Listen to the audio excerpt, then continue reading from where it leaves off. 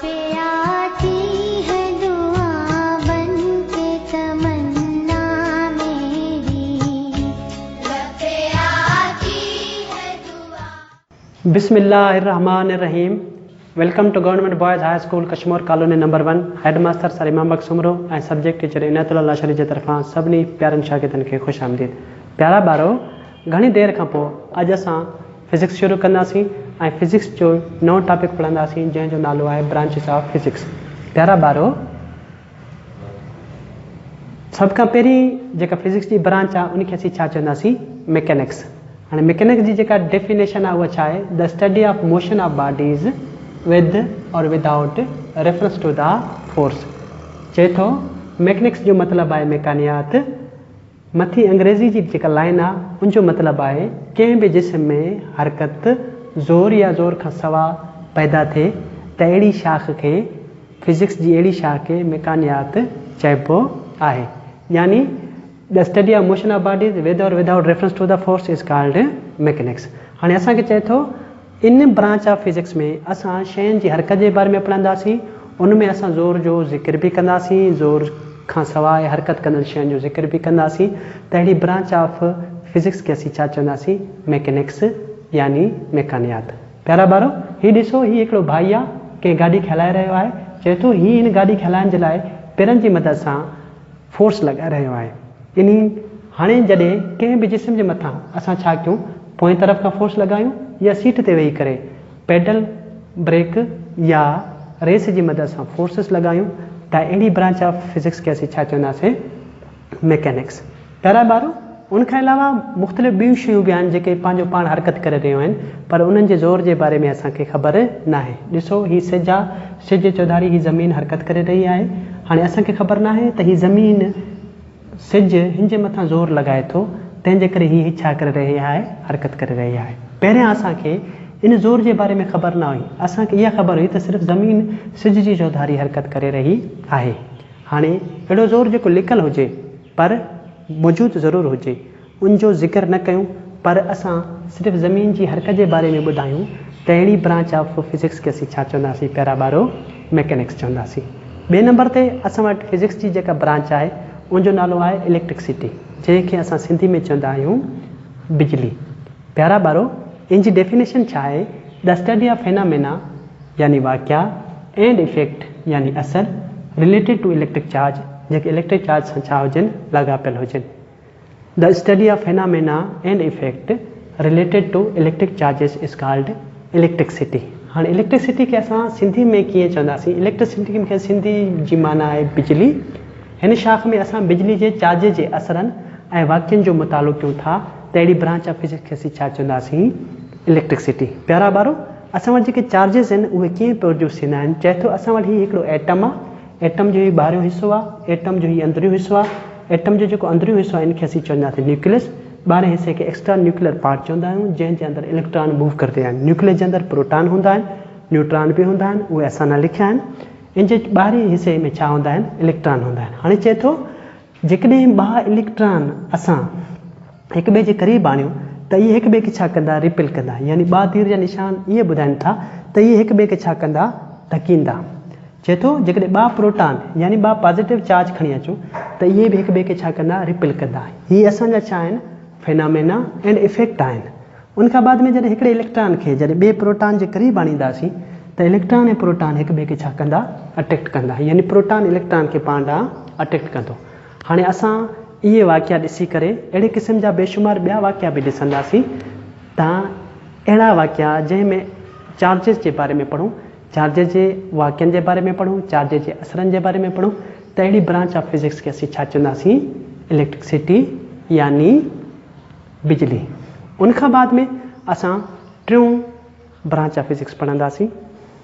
प्यारा ॿारो, हाणे असां टीं ब्रांच ऑफ फिज़िक्स पढ़ंदासीं जंहिंजो नालो आहे इलेक्ट्रोमैग्नेटिज़म।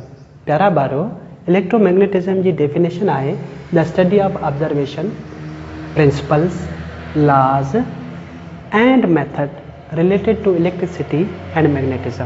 प्यारा ॿारो, इलेक्ट्रोमैग्नेटिज़म जो खे सिंधीअ में इन जी माना आहे बरक़ी मक़नातीसियत। हाणे बरक़ी मक़नातीसियत यानी मथीं जेका डेफिनेशन आहे इनखे सिंधी में कीअं पढ़ंदासीं। हिन शाख में असां उहे मुशाहिदा, क़ाइदा, कानून ऐं तरीक़ा पढ़ंदासीं जेके बर्क़, बिजली ऐं मक़नातीसियत सां लॻापियल हूंदा। प्यारा ॿारो, 19वीं सदी खां पहिरियां असांजे कुझु साइंसदाननि इलेक्ट्रिसिटी जे बारे में पढ़ी चुका हुया, जंहिंमें उन्हनि ॾिठो त 2 इलेक्ट्रिक चार्ज जेके नेगेटिव हुया हिक ॿिए खे जॾहिं उहे हिक ॿिए जे क़रीब आणनि पिया त रिपेल करनि पिया, 2 पॉजिटिव चार्ज जॾहिं हिक ॿिए जे क़रीब अचनि पिया त रिपेल करनि पिया। हिकिड़ो पॉजिटिव चार्ज ऐं हिकिड़ो नेगेटिव चार्ज जॾहिं हिक ॿिए जे क़रीब अचनि पिया त इहे हिक ॿिए खे छा करनि पिया, अट्रैक्ट यानी कशिश करनि पिया। उनखां बाद में 20वीं सदी धारे यानी 19वीं सदी खां पोइ उन्हनि मक़नातीस जो मुतालो कयो ऐं उन्हनि ॾिठो त मक़नातीस जी जेका हीअ टुकुर आहे, बार आहे, इन जे अंदरि 2 क़िस्म जा पोल हूंदा आहिनि। हिकु हूंदो आहे साउथ पोल, ॿियो हूंदो आहे नॉर्थ पोल। हाणे उन्हनि ॾिठो त 2 सेम पोल यानी नॉर्थ पोल हिक ॿिए खे छा करनि पिया, रिपेल करनि पिया। 2 सेम पोल साउथ पोल हिक ॿिए खे छा करनि पिया, रिपेल करनि पिया। 2 डिफरेंट पोल, हिकिड़ो नॉर्थ पोल ऐं साउथ पोल हिक ॿिए खे अट्रैक्ट करनि पिया। हिकु साउथ पोल हिकु नॉर्थ पोल हिक ॿिए खे छा करनि पिया, अट्रैक्ट करनि पिया। उन्हनि ॾिठो त जेके ख़ासियतूं बिजली जे अंदरि आहिनि उहे साॻियूं ख़ासियतूं मैग्नेटिज़म जे अंदरि बि मौजूदु आहिनि। उन्हनि उन ॾींहं खां कोशिशि कई ऐं ॿिन्ही खे गॾाए करे इहा सम्झण जी कोशिशि कई त छा बिजली जे अंदरि मैग्नेटिज़म जो इस्तेमालु करे सघिजे थो या न। पोइ उन्हनि उते कुझु ऑब्ज़र्वेशन कया, कुझु क़ाइदा कया, कुझु क़ाइदा ठाहिया, कुझु लॉस ठाहिया ऐं कुझु तरीक़ा ॻोल्हे लधा जंहिंसां बिजली जे अंदरि मैग्नेट जो इस्तेमालु शुरू थियो। प्यारा ॿारो, 17वीं सदी जे अंदरि इलेक्ट्रिक मोटर जॾहिं ईजाद थिया त सनती इनकलाब अची वियो। सनती इनकलाब अचण सां दुनिया जे अंदरि हिकिड़ो नओं सनती जहान शुरू थियो। जॾहिं मोटर नवां ठहणु शुरू थिया त मोटर जे अंदरि कुझु फॉल्ट अचणु शुरू थिया। हीअ मोटर आहे, हिन जे अंदरि हीअ रूटर आहे। जॾहिं हीअ हलंदो त हिकु ॾींहं जे अंदरि इहे सभु सड़ी वेंदा।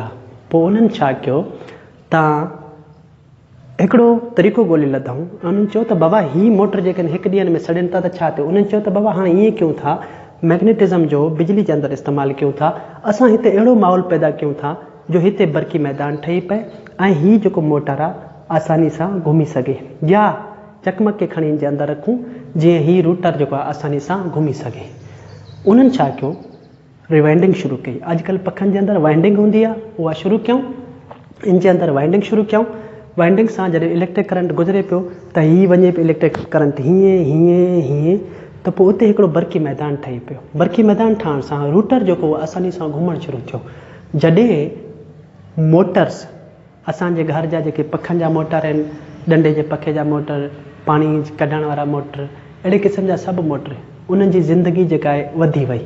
कहिड़ी ब्रांच ऑफ फिज़िक्स जे करे, इलेक्ट्रोमैग्नेटिज़म, यानी बिजलीअ जे अंदरि मैग्नेट जो इस्तेमालु थियणु या बिजली जे अंदरि असां अहिड़ो माहौल पैदा कयूं जो उते मक़नातीसी माहौल ठही पए त अहिड़ी ब्रांच ऑफ फिज़िक्स खे असीं छा चवंदासीं प्यारा ॿारो, इलेक्ट्रोमैग्नेटिज़म। इन खां बाद में असां ॿी ब्रांच पढ़ंदासीं जंहिंजो नालो आहे, प्यारा ॿारो हाणे असां चौथी ब्रांच ऑफ फिज़िक्स पढ़ंदासीं जंहिंजो नालो आहे सॉलिड स्टेट फिज़िक्स।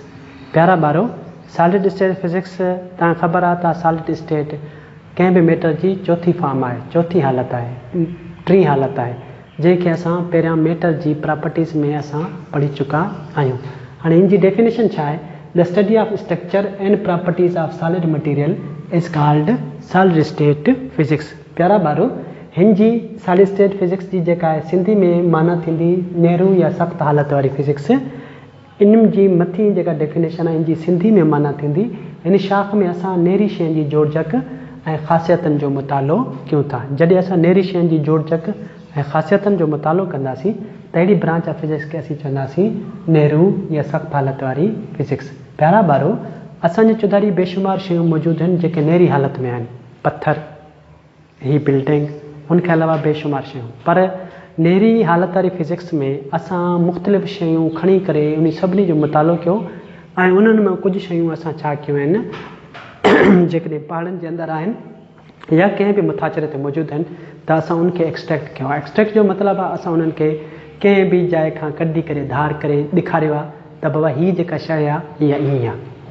फर्स्ट कयो, असां वटि हिकिड़ो वॾो पहाड़ आहे, पहाड़ जे अंदरि असां सोन बि हासिलु करे सघूं था, चांदी बि, तांबो बि, पितल बि, हीरो बि ऐं सिलिकॉन बि। प्यारा ॿारो, जॾहिं असां अहिड़ियुनि शयुनि जी स्टडी कयूं त अहिड़ी स्टडी खे असीं छा चवंदासीं? Solid state physics. छा चवंदासीं? Solid state physics. प्यारा ॿारो, उनखां बाद में असांजी पंजी ब्रांच ऑफ साइंस फिज़िक्स आहे, उनखे असीं चवंदासीं एटॉमिक फिज़िक्स। एटॉमिक फिज़िक्स जी डेफिनेशन आहे the study of structure and properties of an atom is called atomic physics. Atomic physics खे सिंधी में एटमी फिज़िक्स चवंदा आहियूं ऐं इन जी डेफिनेशन आहे, हिन शाख में असां एटम जी जोड़जक ऐं ख़ासियतुनि जे बारे में पढ़ंदासीं। यानी हिन शाख में एटॉमिक फिज़िक्स में असां सिर्फ़ु एटम जे बारे में पढ़ंदासीं त एटम जी जोड़जक छा आहे ऐं उन जूं ख़ासियतूं छा आहिनि। प्यारा ॿारो, तव्हां हीअ ॾिसो था त हीअ हिकु एटम आहे, हीअ बि हिकु क़िस्म जो एटम आहे, हीअ हिकु एटम जो मॉडल आहे। हाणे हीअ एटम जो पुराणो मॉडल आहे जंहिंमें हिकिड़े साइंसदान चयो त एटम जे अंदरि जेके हुनजा ज़रड़ा आहिनि, यानी ख़ासि तौर ते जेके ग्रीक्स हुया उन्हनि बि एटम जे विच में एटम जे लाइ तमामु एटम जे मुताले जो इलाही कमु कयो। ग्रीक्स या उनखां पहिरियां या उनखां बाद में कुझु साइंसदान उन्हनि जो चवणु हुयो त मुख़्तलिफ़ साइंसदान मुख़्तलिफ़ नज़रिए ॾिना। हिकिड़े साइंसदान चयो त हीअ जेको एटम आहे उनजे अंदरि जेके ज़रड़ा आहिनि पॉज़िटिव ऐं नेगेटिव, इहे ॿई जेके आहिनि इक्वली डिस्ट्रीब्यूटेड आहिनि, जीअं हिकु हिंदाणे जे अंदरि उनजा ॿिज। हाणे ॾिसो, positive charge negative charge equally distribute. हिकिड़ो ॿियो साइंसदान हुयो जंहिंजो नालो रदरफोर्ड, उन मुख़्तलिफ़ तजुर्बा करे सोन जे वर्क जो तजुर्बो करे इहा ॻाल्हि साबित कई त प्यारा ॿारो, न्यूक्लियस जे अंदरि जेके आहिनि पॉज़िटिव चार्ज हूंदा आहिनि, माना हिकिड़ो अहिड़ो जॻह आहे जिते पॉज़िटिव चार्ज हूंदा आहिनि, उनजे चौधारी जेके हूंदा आहिनि उहे नेगेटिव चार्ज हूंदा आहिनि।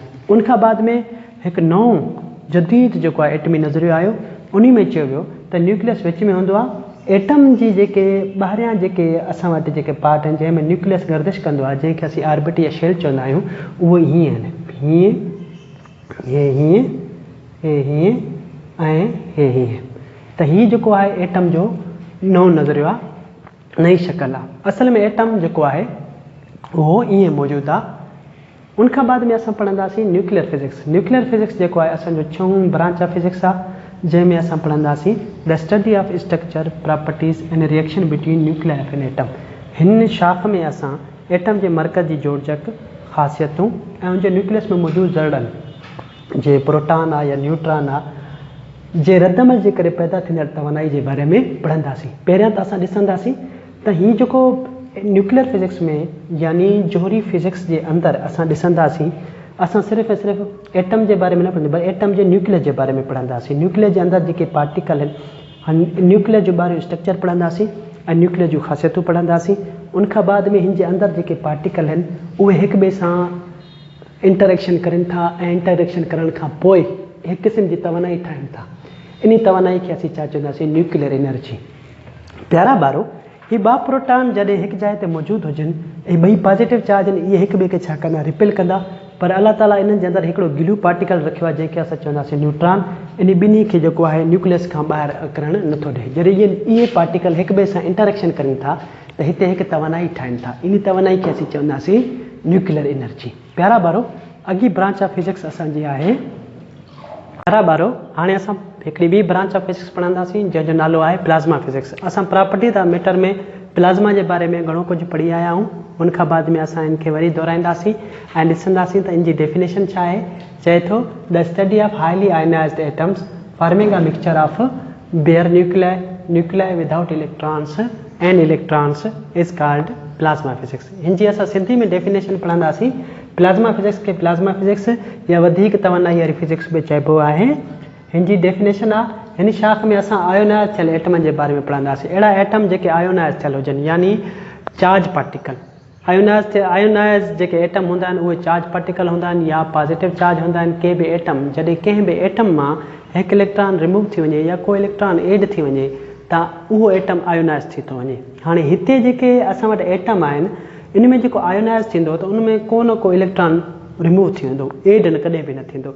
हाणे चए थो हिन शाख में असां आयोनाइज़ थियल एटमनि जे बारे में पढ़ंदासीं जेके ठाहिनि था मिलावट न्यूक्लियस इलेक्ट्रॉननि खां सवाइ ऐं इलेक्ट्रॉन, त उनखे असीं छा चवंदासीं? Plasma physics. प्यारा ॿारो, सभ खां पहिरियां आयोनाइज़ छा आहे? आयोनाइज़ेशन छा आहे? चए थो को बि हिकिड़ो तव्हां वटि एटम हुजे, ॾिसो हीउ हिकिड़ो एटम आहे, इन जे अंदरि हीउ पॉज़िटिव प्रोटॉन पार्टिकल आहे, हिन जे अंदरि हीउ हिकिड़ो इलेक्ट्रॉन पार्टिकल आहे। हीउ इलेक्ट्रॉन जॾहिं हितां खां रिमूव थी वञे हीउ इलेक्ट्रॉन जॾहिं रिमूव थी वञे त असां चवंदासीं हीउ जेको आहे आयोनाइज़ थी वियो आहे। हाणे चए थो सिज जे मुथाछिरे जे मथां हिकिड़ी 2 क़िस्म जूं गैसूं मौजूदु आहिनि जंहिंखे असीं चवंदासीं हीलियम एंड हाइड्रोजन। हाणे चए थो हीलियम ऐं हाइड्रोजन जा जेके एटम हूंदा आहिनि इहे सिंपलेस्ट एटम आहिनि इन यूनिवर्स जे अंदरि। चए थो इहे जेके 2 एलिमेंट आहिनि सिज जे तरफ़ां अंदरि खां हिकिड़ी गर्मी मिले थी। छा मिले थी? गर्मी मिले थी। इहा गर्मी हूंदी आहे 2000 सेंटीग्रेड जे क़रीब क़रीब 2 लख 2000 इन 2 यानी शुरू आहे 2000 खां पोइ ईअं 2 लख ताईं 2 करोड़ ताईं बि थी सघे थी। हाणे चए थो इहे जेके एटम्स आहिनि इहे एटम छा थी वेंदा आहिनि? भञी बोरा बोरा थी वेंदा आहिनि। इन्हनि जा इलेक्ट्रॉन धार थी वेंदा आहिनि, प्रोटॉन धार थी वेंदा आहिनि, न्यूट्रॉन धार थी वेंदा आहिनि। Proton neutron electron proton electron neutron proton electron neutron proton electron neutron इहे सभु जा सभु एटम जेके आहिनि जेके इन जे सन जे सिज जे मुथाछिरे जे मथां आहिनि सभिनी खे बाहि लॻी वेंदी आहे ऐं एटम भञी बोरा धार थी वेंदा आहिनि, उन जा ज़रड़ा धार थी वेंदा आहिनि। हाणे इहे जेके ज़रड़ा आहिनि जे मुथाछिरे ते आहिनि इहो हिकु क़िस्म जो मिक्सचर ठाहींदा आहिनि। इन मिक्सचर खे असीं छा चवंदासीं? प्लाज़्मा। इहो मिक्सचर जेको हूंदो आहे इहो तमामु गरम गैस आहे। प्लाज़्मा सुठो बिजली जो पसराईंदड़ बि आहे, तंहिंजे करे असांजे घरनि में जेके ॻाढ़ा बल्ब आहिनि उहे बि प्लाज़्मा जी हिकु मिसाल आहिनि। प्यारा ॿारो, इन खां बाद में असां वटि ॿी ब्रांच ऑफ फिज़िक्स आहे नंबर 8 बायोफिज़िक्स। बायोफिज़िक्स छा आहे? The study of application of physical method related to the biophysical system and structure. हाणे असांखे चए थो हिन में असां छा कंदासीं? पढ़ंदासीं application of physical methods and related to biophysical system and structure is called biophysics. Biophysics में असां छा कंदासीं? चए थो बायोफिज़िक्स जो मतिलबु आहे हयातियाती फिज़िक्स। हिन शाख में असां फिज़िक्स जा तिबी तरीक़ा ऐं सम्झाणियूं पढ़ंदासीं।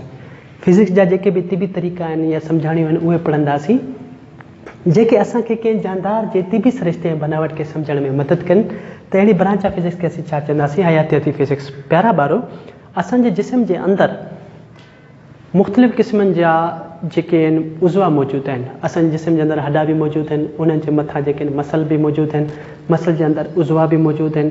हाणे हर हिकु उज़वे जो कहिड़ो कमु आहे, हर हिकु उज़वे खे कीअं सम्झणो आहे, उन जे लाइ फिज़िक्स जा कुझु क़ाइदा ऐं क़ानून ऐं कुझु इजादूं जेके आहिनि असां कंहिं बि जानदार जे तिबी सरिश्ते खे सम्झण में इस्तेमालु कंदासीं। प्यारा ॿारो, फ़र्ज़ु कयो मुंहिंजे जिगर ऐं मुंहिंजे पेट जे अंदरि, फ़र्ज़ु कयो मुंहिंजे पेट जे अंदरि या मुंहिंजे कंहिं बि जिस्म जे उज़वे जे अंदरि पथरी आहे। फ़र्ज़ु कयो मुंहिंजे गुर्दे जे अंदरि पथरी आहे, त इन गुर्दे जी पथरी खे असां कीअं मालूम कंदासीं? अल्ट्रासाउंड सां। जेकॾहिं कंहिं बि जानदार जी ॼंग भॼी पई आहे त उनखे कीअं मालूम कंदासीं? एक्सरे सां। असां ECG जो बि इस्तेमालु कंदासीं कंहिं बि बायोफिज़िकल सिस्टम ऐं स्ट्रक्चर खे सम्झण जे लाइ।